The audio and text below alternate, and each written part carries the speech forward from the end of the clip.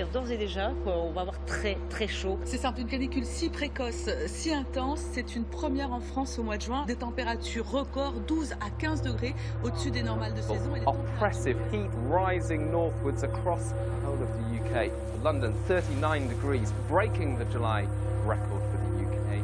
C'est toute l'Europe qui suffoque. Des records de température ont été battus aux Pays-Bas, en Belgique, en Italie. La Terre vit en ce moment sa période la plus chaude depuis 2000 ans. Alors, est-ce le seul fait de l'homme? Ce réchauffement est-il irréversible? Summer 2019 in Europe illustrated the urgency of the climate crisis, which claimed its first victim, water. The demand is going straight up and the supply is going straight down. I mean, it is stark. It's stark. In France, nearly 2/3 of all regions are affected by water restrictions. Farmers have seen their crops destroyed while others try to adapt to climate change. After 2 record-breaking heat waves in July.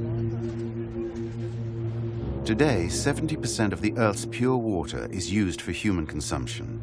It has become the most coveted resource on the planet.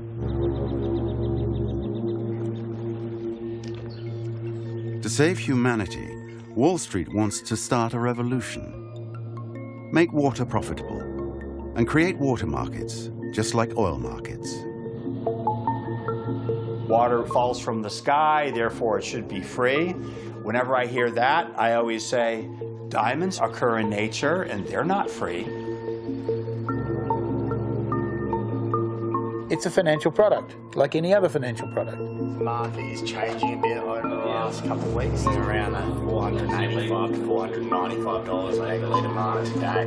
You're just at the beginning of this water financial revolution. What about the guy that can't afford it? That guy still needs water. The blue gold rush has begun. Can anyone stop it? The human right to water means that it's not a charity, it's an issue of justice. This is the issue of our time. This is the crisis of our time. With financial pressure on human mobilization rising, the battle over water has already begun. Who will come out on top? The planet, the people, or the markets?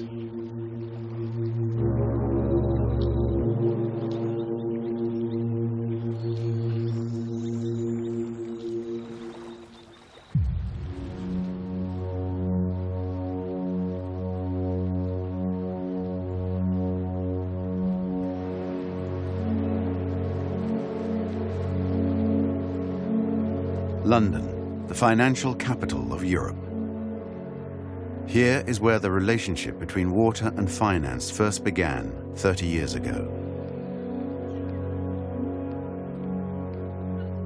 At the time, it was simply a question of commending the virtues of privatization. It was Margaret Thatcher, Prime Minister at the time, who championed the cause. That even socialist France knows privatized water is a better deal than nationalized water. That the water privatization, I believe, will go very successfully indeed.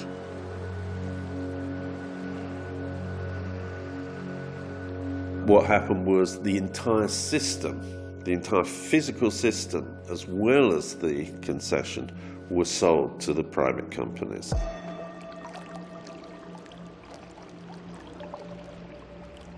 One of the first things some of the companies did was to start cutting off water supply to people who hadn't paid their bills.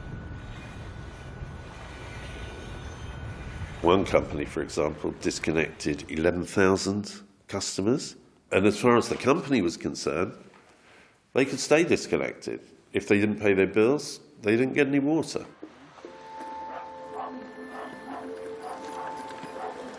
I was out on Wednesday, I come back 9 o'clock and I got no water. How many times do you think you'll have to make this journey then during the day? Well, I've just come down again, well, probably another 4 or 5 times. I mean, you've got to have something to drink, haven't you? You've got to do some cooking. We didn't even have to queue for this during the wartime.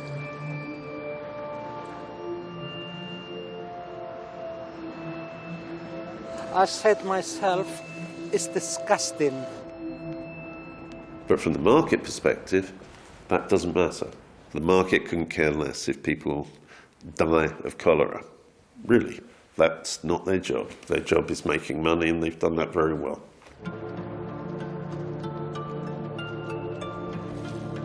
Finally, 10 years later, a law is passed that prohibits companies from cutting off the water supply to those who haven't paid their bills. But this is not enough to deter the financiers. On the contrary, in the early 2000s, a new generation of traders enter the world of water, namely private equity funds, or vulture funds. They are hungry and completely unaccountable. They may be funds which have a 10-year life, and therefore they need to get their returns over that decade that they will be the owners, and then they need to find a new owner. So you have a lot of international investors, people who may never have been to a water plant in Yorkshire at all, or may never have been to Yorkshire.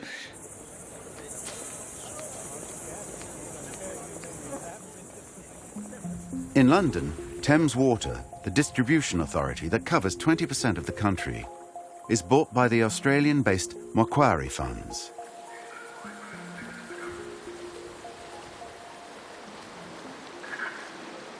I was aware of Macquarie. I mean, they were quite a famous institution in Australia, where they've been known as something, I think they were called the Millionaires Factory, because so many people who worked at Macquarie became very rich as a result of the bonuses that they earned.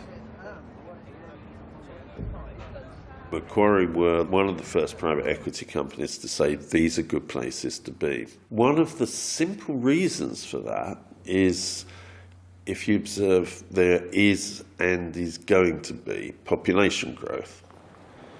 If there's population growth, there's going to be more water being drunk.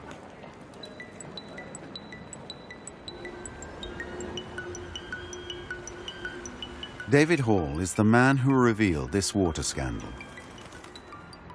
In 2017, he published a study in which he detailed 30 years of abusive practices.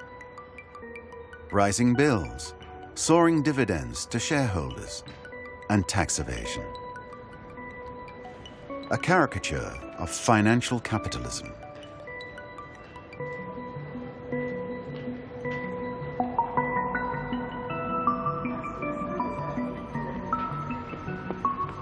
We ended up concluding that about £2.5 billion per year was being taken out of the system by private capital.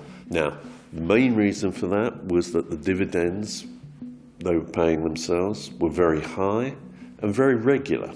So these companies were perfect cash machines. They still are. They still are.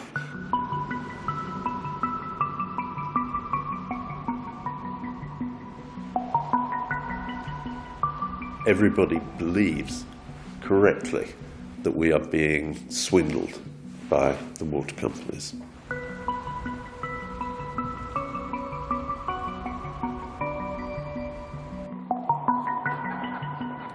The Australian-based Macquarie funds supplied London with drinking water for 10 years. Their parting gift when they left the market? $56 billion of debt. Somebody at that point will have to repay all those borrowing. Well, there's only one source of money in the whole water industry, and that is the customer. And when the customer has to repay those borrowings, that will affect the charges they have to pay. And of course, the owners will never return the dividends they've taken out. Those have just gone. I think they take a view that this is a victimless crime.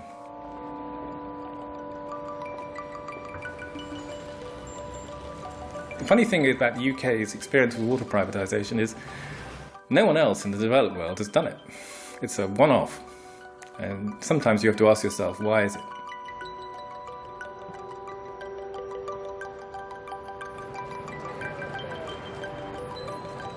Today, over 80% of Britons would like to go back to a time when water was a common, public, and essentially free resource. But this concept is slipping away.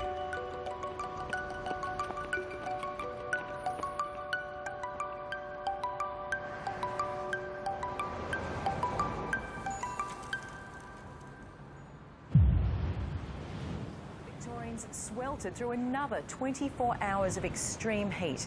Overnight, it barely dipped below 30 degrees in many parts of the state, with temperatures soaring into the mid to high 40s during the day. Fire conditions, particularly through South Australia, where the mid-north has been rated as catastrophic and the Mount Lofty Ranges have been rated as extreme.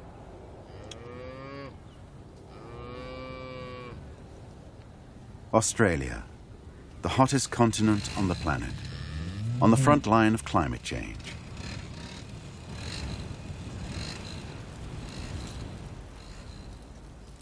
Here, drought is a part of everyday life.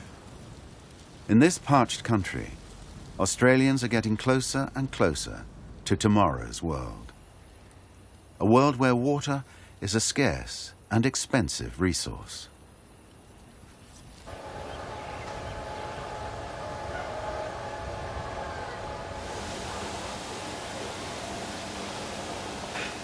Bart Dohan is a dairy farmer who lives in New South Wales, one of the driest regions in the country. For many months now, his reserves have been empty. The only solution for feeding his animals is to buy extra water on the private market. Come on, girl, get on. Where's the girl? Today, to run just for my cow, it cost me close to $500,000 for 12 months of water. $500,000. Can you afford that? It would put a great deal of strain on us if we did it. A great deal of strain.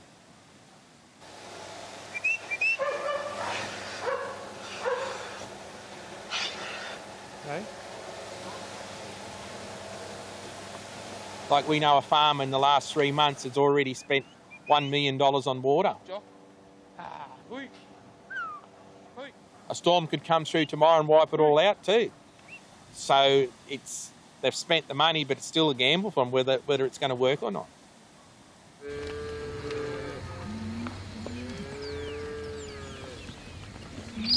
We're trying our best to keep the cows alive, because we can't afford the water to grow crops for the cows. We can't afford a real lot of grain. They're getting very little or no grain at all at the moment.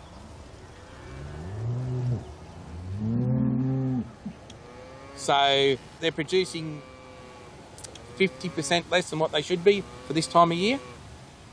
It's just a survival mode.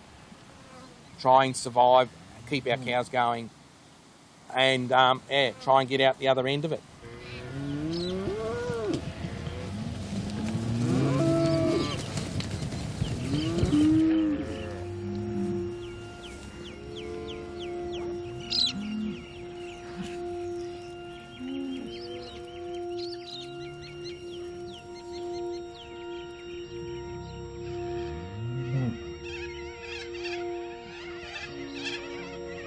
Australia used to be a place of mates and helping each other out, but now it's sort of like dog-eat-dog world at the moment, especially with the water policy.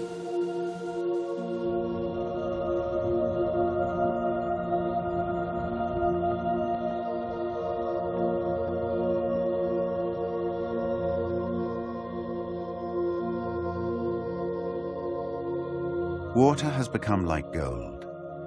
It is bought and sold with a single click, thanks to mobile phones and an application connected to the market, available 24 hours a day. Its price changes daily, depending on supply and demand.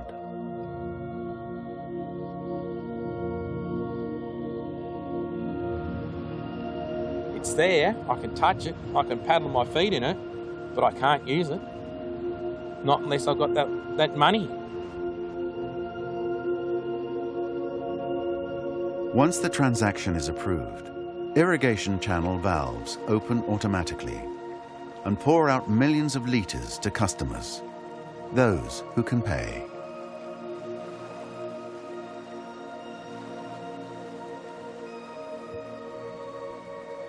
People are just taking water from us, and it's taking our life, it's taking our food from our table, more or less.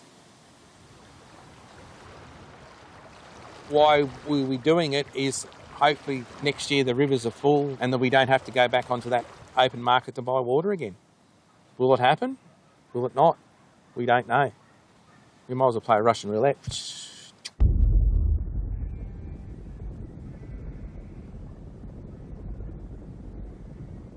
To combat water shortages, the Australian government has chosen to ration it. Each year, it allocates a quota to the major water consumers: farmers, industrialists, and cities. This is calculated based on activity, existing reserves, and weather forecasts.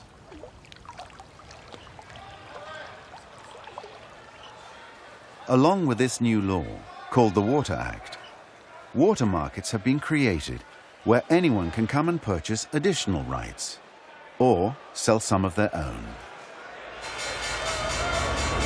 I just wanted to give you a call as the market is changing a bit over the last couple of weeks since we last spoke and changed our water down to 520. And we're seeing trading really happening around that $485 to $495 a megalitre mark. Harding from Waterfind.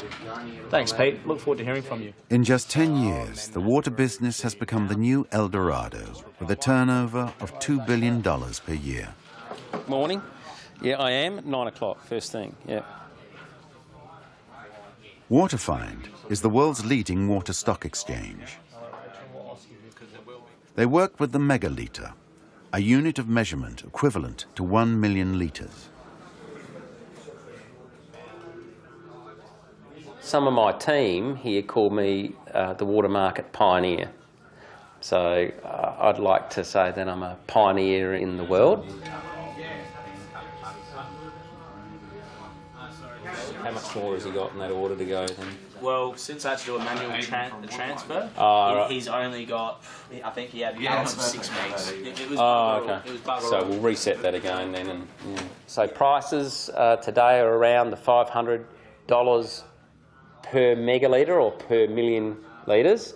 You've got...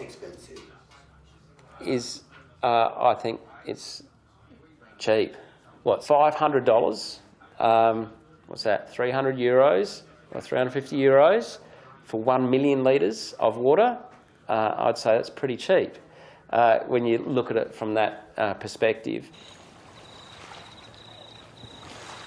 Isn't it a good thing that we are finally putting a value on this resource? Because in putting a value on it, we're going to respect it more.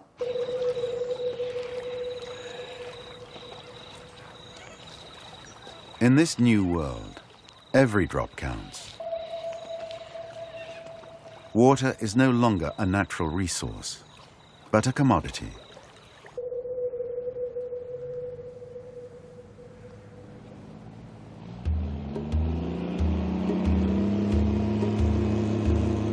In the world of water markets, the key players are the agricultural industry, as is the case with Webster, the country's largest producer of almonds.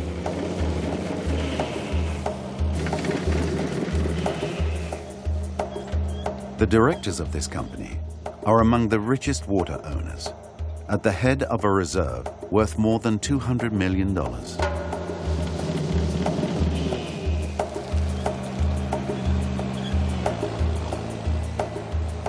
Their almonds are mass cultivated and exported all over the world. In relation to the amount of water used, this is their most profitable crop.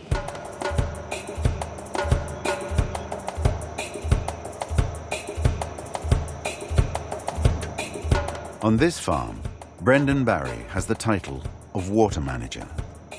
This is a new area of expertise.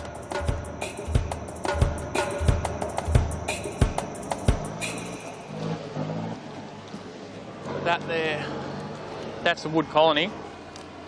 But they're not quite ready. But if you grab that. They're big. Yeah, they're bigger, but the taste of them is just a different flavour.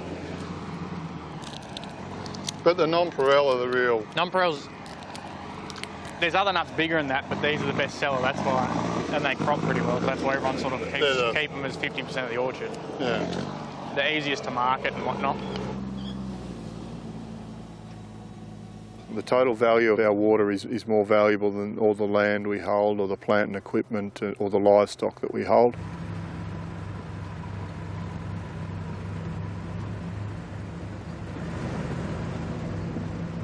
The water market in this area this year has gone from about $320 per megalitre to over $700 per megalitre, and that's in a period of around 5 months. And double the price. Double the price. But that's how it works.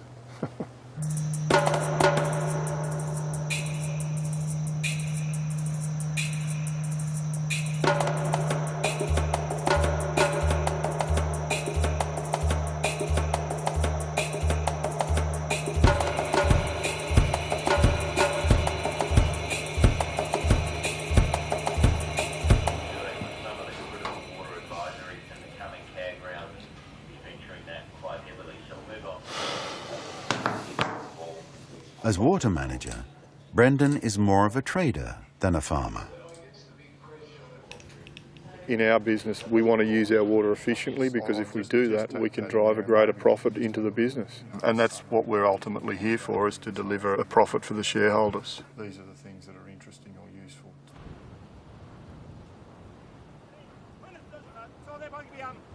$30. $20 got behind. Come on, $20 now. 5 in front. 30. 5. 40. 50. 50. $50 got here. $50 bid. 60. 70. 80. 90. 100. And 10. And 20. 120 got. You're up, you know up. 120 got. And 80. And 300. 20. 40. 60. 80. And 400. 20. 40. You buying? 15,500 in the corner. 15,500. Anyone else? And 5. 105 behind. 105. It's gone. That sell already? Yeah. What did they get for that? 1,800 for that one. I don't know what the little one made. So you just stopped milking and you sold the farm too, have you? Yeah. Those yard blasts, have they had much use? Never been used. Never been used. No. The water crisis and soaring prices have forced David Owen into bankruptcy. He has had to sell the family dairy farm and now joins the long list of victims of the water markets. $700. Anyone else? $700. $700.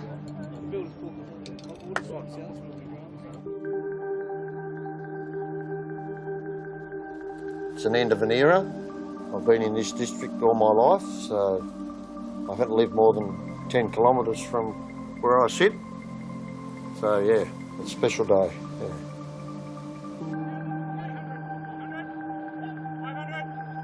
6, 7, 8, 6,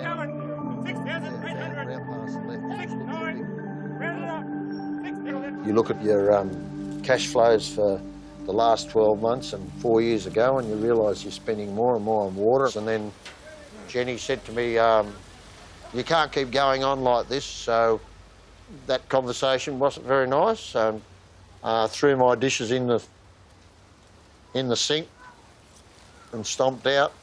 Yeah, so that was very emotional. Yeah, it's a bit like, it's probably not as much emotion as later on when we were selling cows. I can tell you who her mother is and who her grandmother and great-grandmother. In fact, so they tell me you'll get over it. I hope so. Yeah. Pretty handy to have a spare, I know when they break down. 500. 50. 50 start, shouldn't hold it. Yes. Initially, the creation of water markets was welcomed by farmers. Big agricultural players saw it as an effective way to buy water, whilst others planned to supplement their income by selling their surplus. But 10 years later, the market had become ruthless. There's lots of people that don't understand the water market. I don't understand the water market. Just Unless you keep on to it all the time, you just don't know what's happening. And I don't think a lot of us know what's happening in the water market.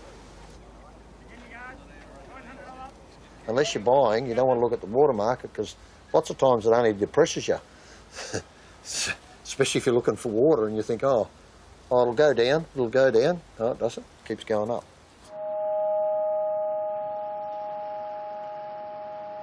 South Australia is on extreme alert as searing temperatures put emergency crews on notice and authorities ready to answer any major crisis.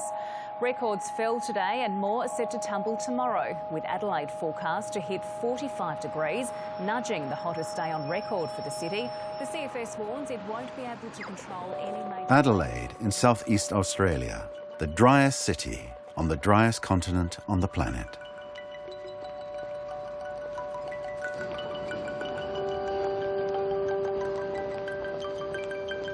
Adelaide serves as a think tank.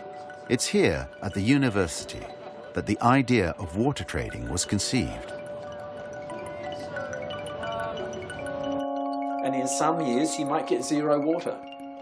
So they said nobody could take any more water, so you're going to have to find a way to share water. Mike Young is the founding father of the Australian water markets. A renowned economist, he attended Harvard University and has advised the United Nations. This is the man writing the new history of water. Water scarcity is really there. So water scarcity is part of the future of the world. The global predictions are that by 2050, more than half the world will be living with limited water resources, and abundance is a thing of the past. Water needs to be managed in a very precious way, in a way that drives innovation, that makes sure our water goes to the best use as it possibly can, so we make money and feed ourselves well. And that led to the interest in water markets and drove a revolution.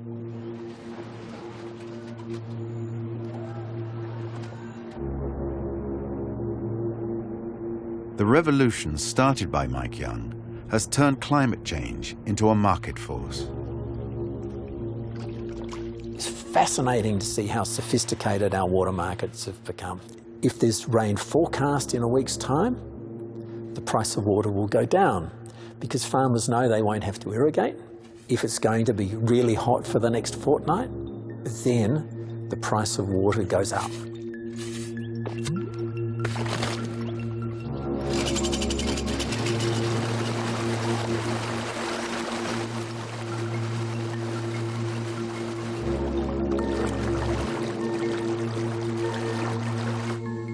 Mike Young has opened up water markets to all, farmers, small savers, and above all, professional investors.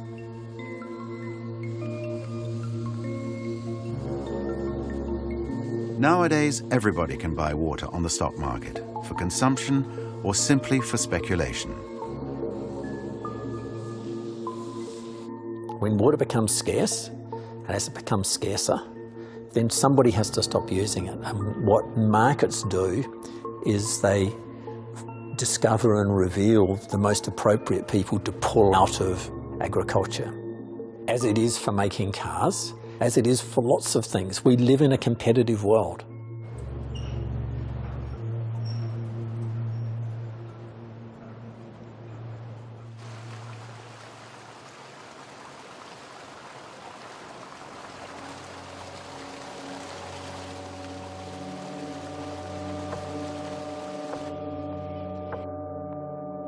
The new Lords of Water live in the city of Melbourne, the business capital.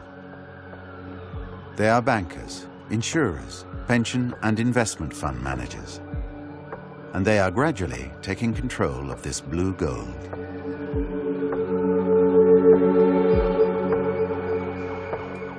I don't need to own land. You know, would I own land? Would I consider it? Yes, but I'm not a farmer. I'm an investment banker. How much did you invest?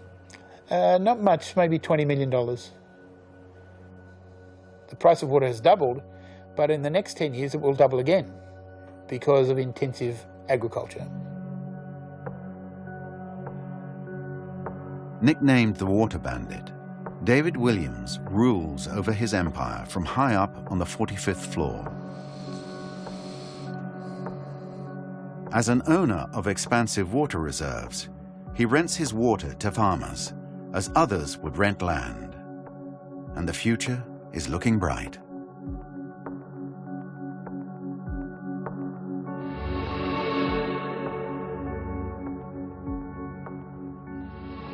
If we go to 9 billion population and the Chinese want more food and the Indonesians want more food and the Indians want more food and they can afford to pay for it, then we need to find more intensive ways of growing food. That means more water. And that's going to lead you smack bang into how you get that water, how you price it, how you allocate it, and how you regulate it.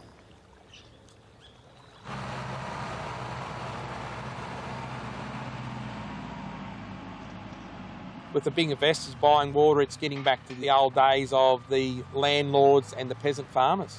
And if we want to survive or stay into it, we're going to have to buy the water at what the landlords deem the water is worth.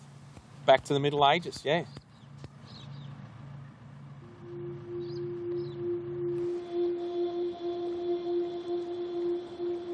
Water was the last remaining natural resource to have escaped trading. But Australia has just blown the final whistle. The time has come for maximum profitability and the creation of wealth.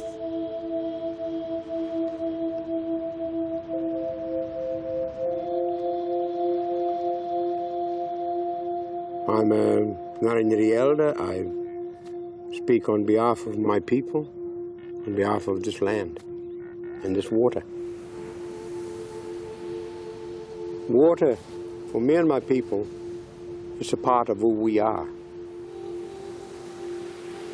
It's a part of our stories, our creation stories. Today is different. Australia has implemented water markets. Yeah. How do you look at that?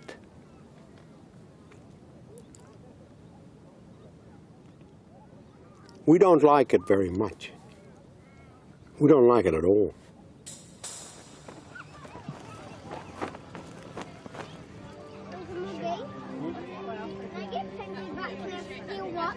Well, we'll see. We'll have to paint up everyone else first, okay? That's the tan line from my paint today. Selling, trading, what does it? Filling your dams up, making sure that you've got your share, making sure that no one else takes yours. Part of it is madness, and most of it is greed. Greedy people. They want the water, but they also want that. And they'll sell it to somebody else for money. You can't eat money. You can't drink money.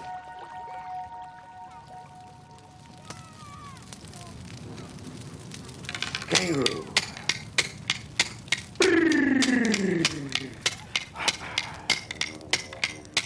Pinyaling, open, open, open, pinyaling, open, open. Pinyaling, yan, yan, yan. Pinyaling, yan, yan, yan. Pinyaling, open, open, open, pinyaling, open, open.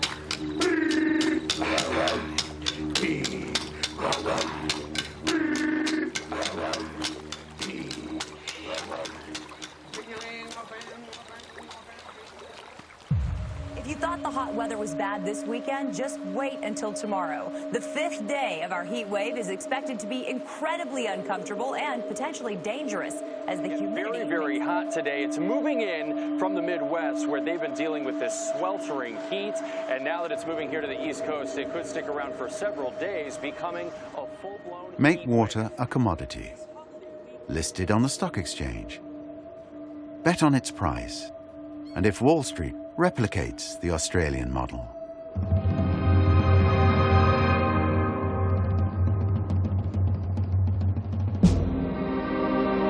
In June 2008, the investment bank Goldman Sachs starts to wonder. Is water the new oil? The firm invites its top clients to take a bet on the future.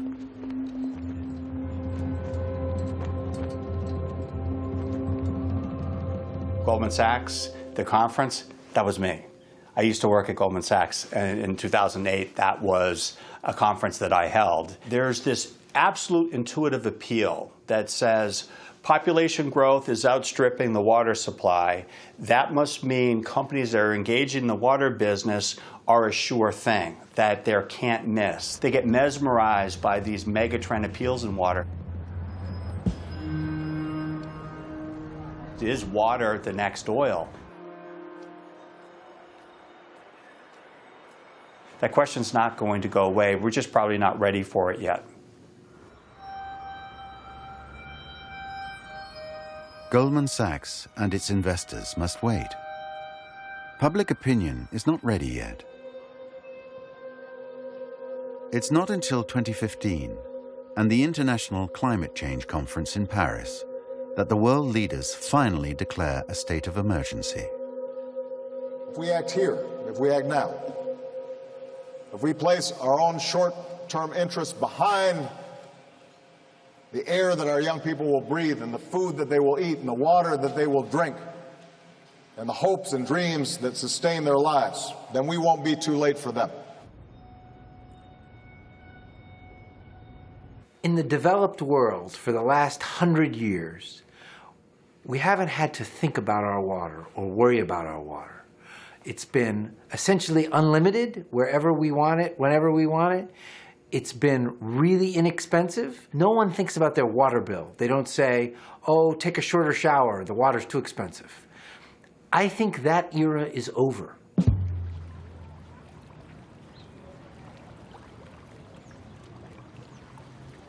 Climate change is going to have a huge impact on water availability around the world. The same amount of water is going to be available in the big picture, but we don't live in the big picture. We live in a specific place. We raise our food in a specific place. And so the movement of that water will have a dramatic impact on how cities manage their water and how we're able to grow food to feed everybody.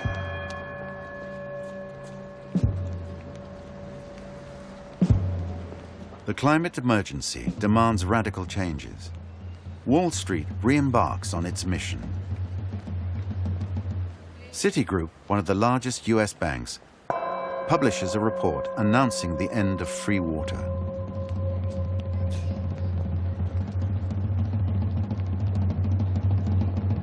There is no alternative to pricing water properly and making people realize that every time they take a sip of water, there is an opportunity cost, and they feel it in their wallet. How else are you going to get people to use less if you give it to them for free?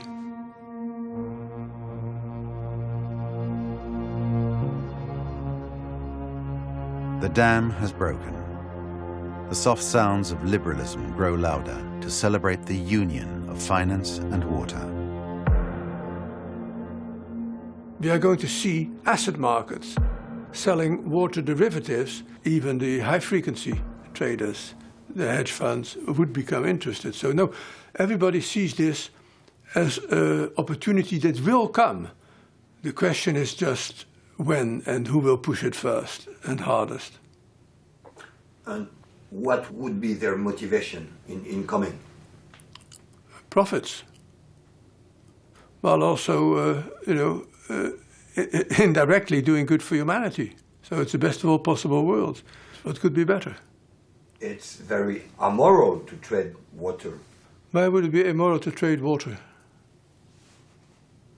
Because water is life. We pay for health care.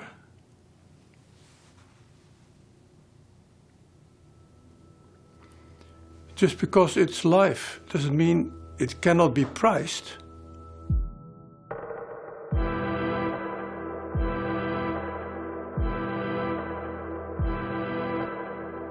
The last stage in the financialization of water. The launch of a stock market index to bet on water prices by NASDAQ. a stock exchange specializing in technology. This is the first time that water has been reduced to an algorithm.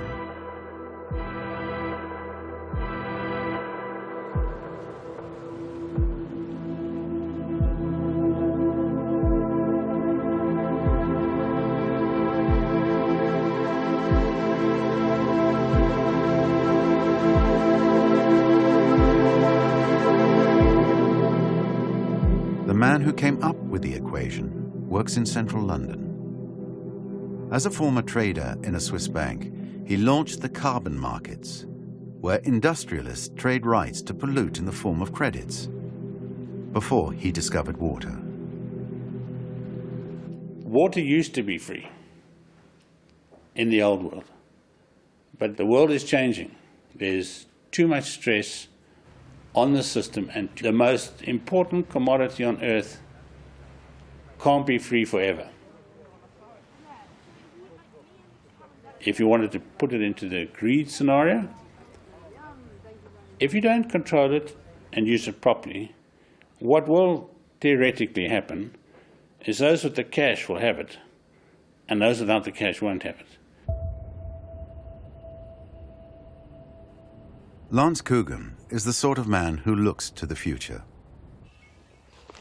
In order to attract investors, he's joined forces with the top water expert in the United States. Look like they're green. A cowboy living in Idaho, in the western United States. The only man who knows the secrets of a market that was, until now, reserved for experts and insiders. Clay Landry runs a company that has recorded every water transaction since the year 2000. It isn't a reliable index. To be clear, you're not buying water, you're buying the price of water. So you're not taking physical delivery of the water. So it's only a bet on the future? It is a bet. Yeah, it is a bet. We're just betting whether the price is going to be high or low 6 months from now. Some might say that this is speculation on water price. Is it a speculation? I think we all are managing on what we think the future is going to look like.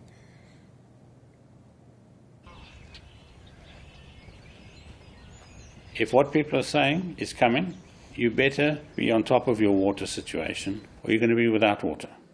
And what I'm doing is getting people's focus through financial instruments to see what is actually going on the ground. It changes the world of water.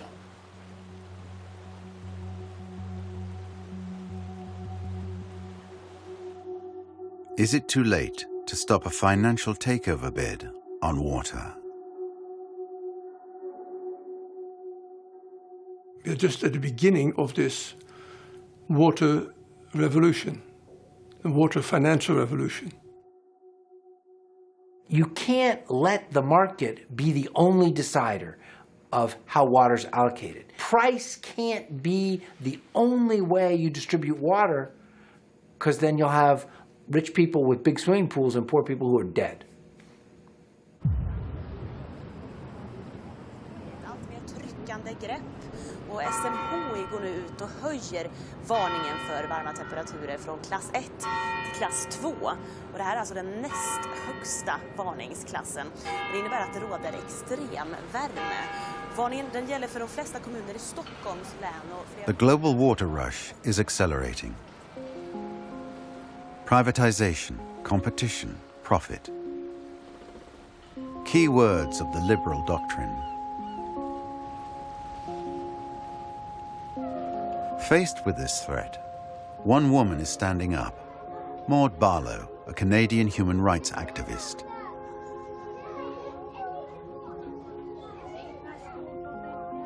She has already won her first victory at the United Nations in 2010, when the General Assembly voted in favor of a resolution that recognized access to water as a universal right. It must be declared a public resource that belongs equally to I was all. in the United Nations, up in the balcony, the day that that they voted, and I thought we were going to lose. I had staff with me. They were crying. I said, don't worry. We're going to be back in 2 years or 5 years, no matter how long it takes. We're going to be back, and we'll do it. And when they vote, they sit in their chairs, and they vote electronically, so you know right away. So boom, 122 countries voted in favor, and 41, they abstained. They didn't have the nerve to oppose, even though they actually wanted to oppose. Among the nations that abstained that day were Australia, the United States, and Great Britain, countries that have all chosen to turn water into a financial product.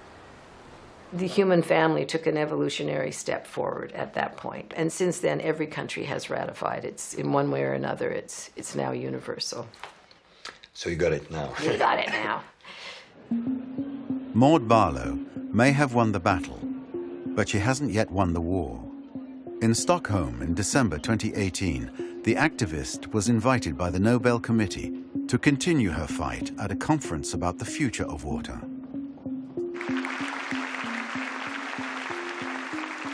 The United Nations calls water scarcity the scourge of the earth. To truly guarantee the human right to water, we must protect it as a public trust and a commons, not a commodity to be put on the open market for sale like oil and gas. And we must challenge the current power structures and institutions that support unequal access to the planet's dwindling water supplies.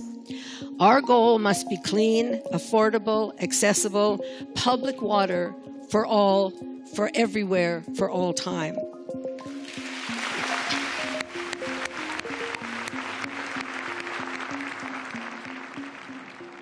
Is it the end of cheap and free water? Well, the corporations and Citigroup and others want it to be the end of free and cheap water. That's their argument. They're saying, oh, yes, it's a human right, because they can't fight that anymore because everybody says you're an awful person if you deny it, right? So, oh, yes, it's a human right, but the end of free and cheap water.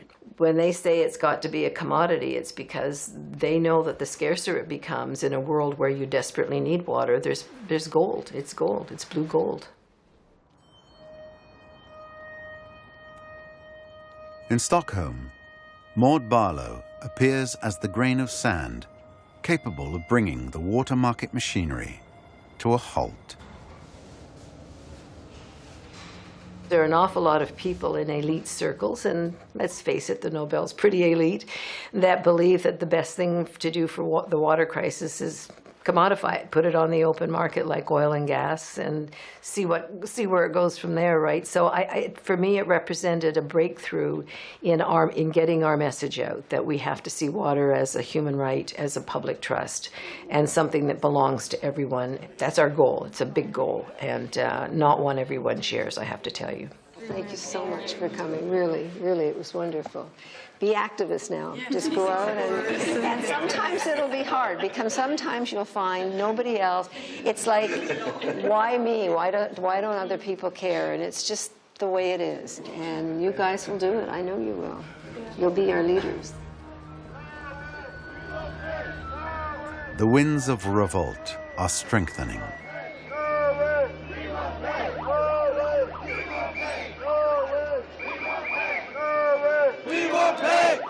In Europe, the fight against the financialization of water is fueled by the refusal to accept any sort of privatization. And in the streets of Dublin, Rome, Berlin, and Paris, citizens are spearheading the resistance. Une vague de chaleur sur toute la France aujourd'hui, jusqu'à 42 à Paris, record battu. Il fait vraiment très chaud et ce la nuit, difficile de faire baisser la température des In the French capital, politicians have also taken up the fight. In 2009, the city council ousted Veolia and Suez, the two giants who shared the water market, and created its own water management company, Eau de Paris. Honnêtement, quand j'ai porté la bataille de la gestion publique de l'eau à Paris, mais personne, mais quand je dis personne, personne ne pensait que j'allais réussir. Voilà. Et quand je dis personne, c'est vraiment personne. Pour avoir vu de l'intérieur, pendant près de 14 ans, le service de l'eau parisien, je suis assez formelle sur le fait que si on veut exploiter la ressource selon les intérêts du concitoyen consommateur selon les intérêts de la ressource sur le long terme, préservation, qualité, c'est incompatible avec une logique privée. Parce que la logique du privé, c'est une logique qui sera de rentabilité de court terme.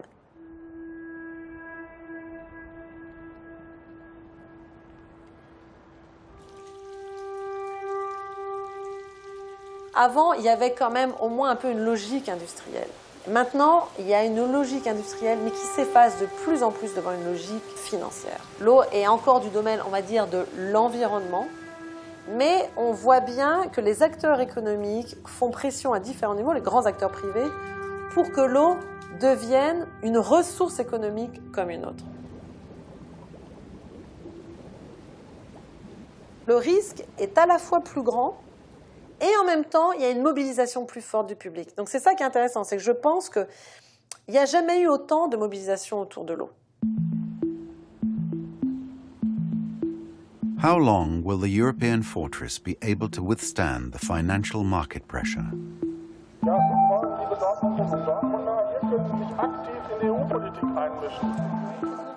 In 2012, a petition called Right to Water amassed nearly 2 million signatures, a first for Europe. Protesters demanded that water be given special status.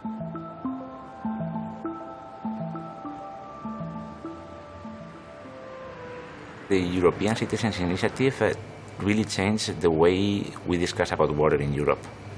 It helped creating a movement and a whole idea that water should be considered as a human right. Before, all the documents from the European Commission were starting to introduce market mechanisms. They were always pushing for liberalization. Now, this is not something that you can easily do in a public way.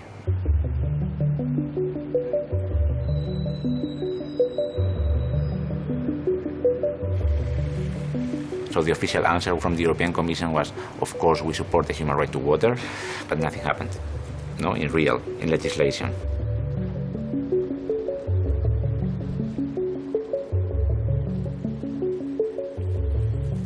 The Right to Water petition has so far halted the ambitions of financiers around Europe.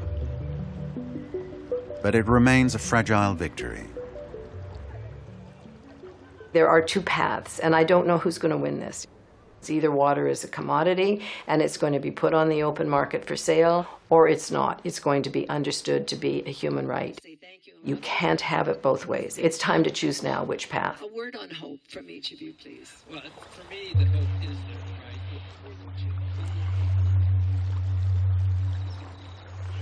I totally get the morality, but the world's a different place, and it's changing, and it's changing fast.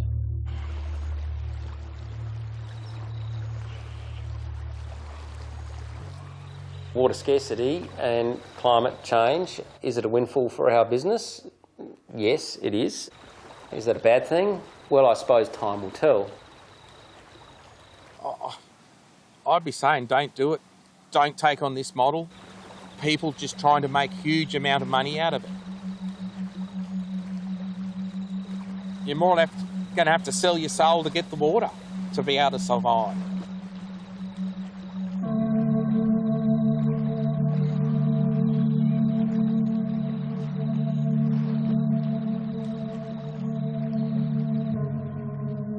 Today, the fate of water is still undecided. Originally, over 4 billion years ago, water arrived on this Earth from space and has since survived all manner of catastrophes. But it is now being threatened by the men who dream of turning rivers into gold. As if nature was nothing but a giant supermarket.